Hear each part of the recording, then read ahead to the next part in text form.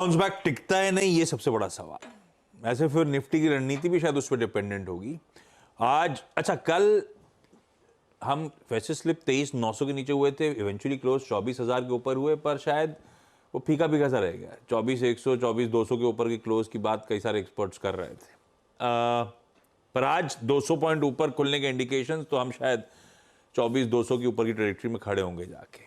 अब ऐसे में वो गैप अप के बाद कंटिन्यूस सेशन में क्या वॉच आउट करना चाहिए, कब डिसाइड करूं कि यार मूड ठीक हो गया है, खरीदारी करने का मौका है ट्रेडर्स के लिए, या कब वो रैली फिजल आउट होने के इंडिकेशंस आएंगे और ये फिर से सेलिंग करने का मौका होगा, स्क्रीन पे क्या ऑब्जर्व करूं? बिल्कुल बिल्कुल। देखिए, मैं अब एक चीज बोल रहा हूँ। अब मैं जो लेवल बोलूंगा ना, वो मोर और लेस मतलब बॉल पार्क है। ठीक है, मतलब जैसे बॉल पार्क होता है ना, आप लिख देते हैं कि ठीक है, लेकिन अंदाजन अंदाजन नंबर्स हैं ये।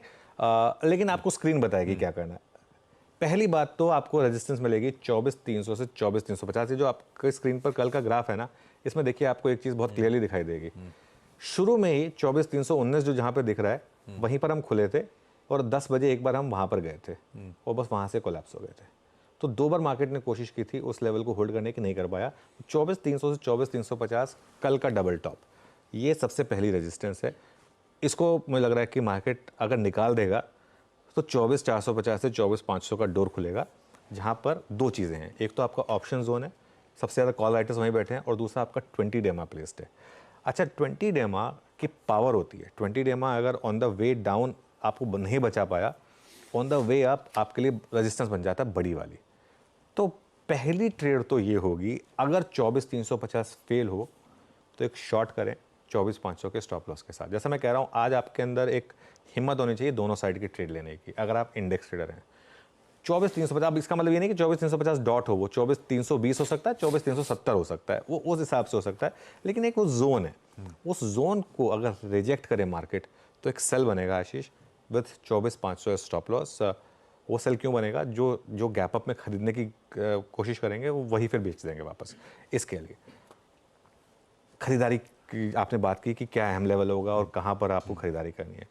अगर बेस केस प्ले आउट होता है कि कैप अप में सेलिंग आ जाएगी, उसके बाद अगर मार्केट स्टेबल हो, एक इंपॉर्टेंट लेवल को होल्ड करे, मैं अभी के लिए वो इंपॉर्टेंट लेवल लिख नहीं रहा हूं, लेकिन एक अज्यूम कर रहा हूं मैं 24,200 मैंने कल भी बात की थी इसकी, कि आप खुले मान लो 24,300 पर, 24,300 320 पर, उसके बाद स्लिप हुए मान लीजिए, और स्लिप होकर अगर आप 24,200 को होल्ड कर लें और आधे एक घंटे तक 24,200 को होल्ड कर लें, तब बाय बनेगा with day low as stop loss, first hour low as stop loss.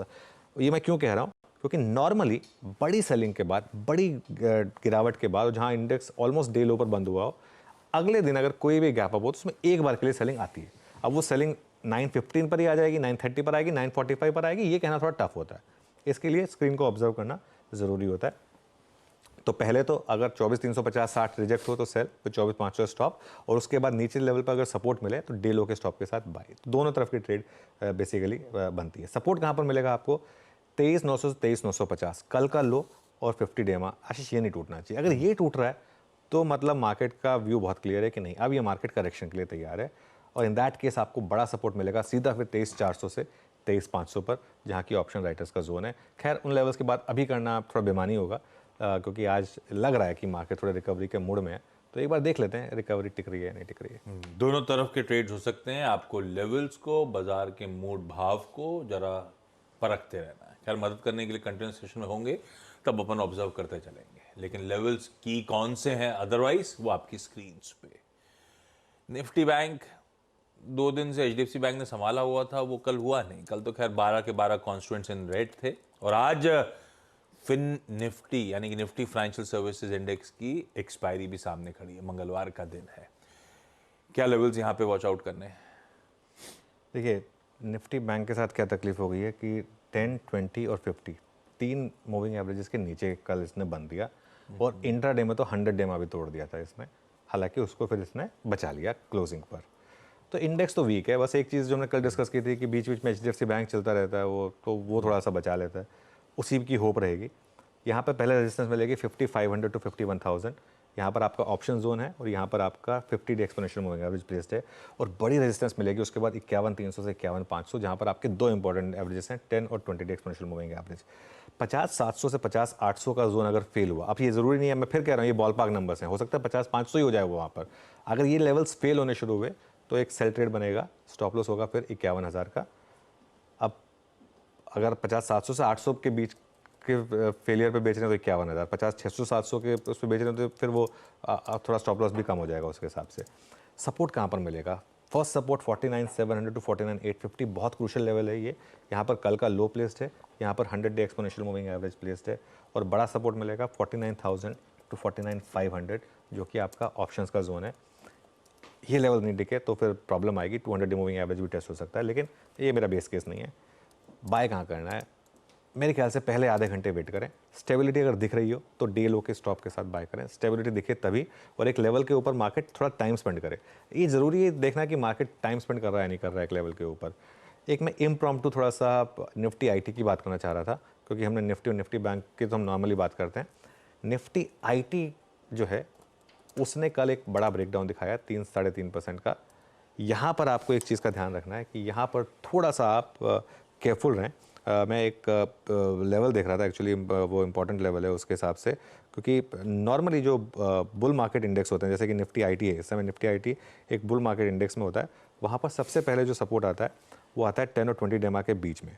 ठीक है, कल हम बंद हुए 38,426 पर इसमें, और कल और परसों में हमने दोनों लेवल्स तोड़े हैं, और अब अगला सपोर्ट जो है निफ्टी आईटी का वो आएगा 37,600 पर करीब करीब। तो ये पॉसिबल है कि इस डिक्लाइन में एक बार के लिए निफ्टी आईटी आपको 37,600 भी दिखा दे, उसके बाद भी ये इंडेक्स बड़ी बुल मार्केट में ही रहेगा, लेकिन वो एक मौका होगा आपके पास फ्रेश बाय करने का अगर आपने पिछली रैली मिस करी है तो। बढ़िया। निफ्टी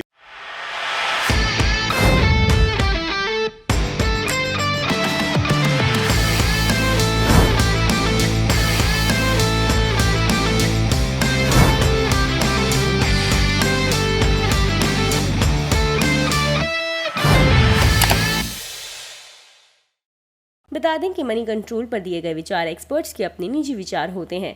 वेबसाइट या मैनेजमेंट इसके लिए उत्तरदायी नहीं है। यूजर्स को मनी कंट्रोल की सलाह है कि कोई भी निवेश निर्णय लेने से पहले सर्टिफाइड एक्सपर्ट की सलाह लें।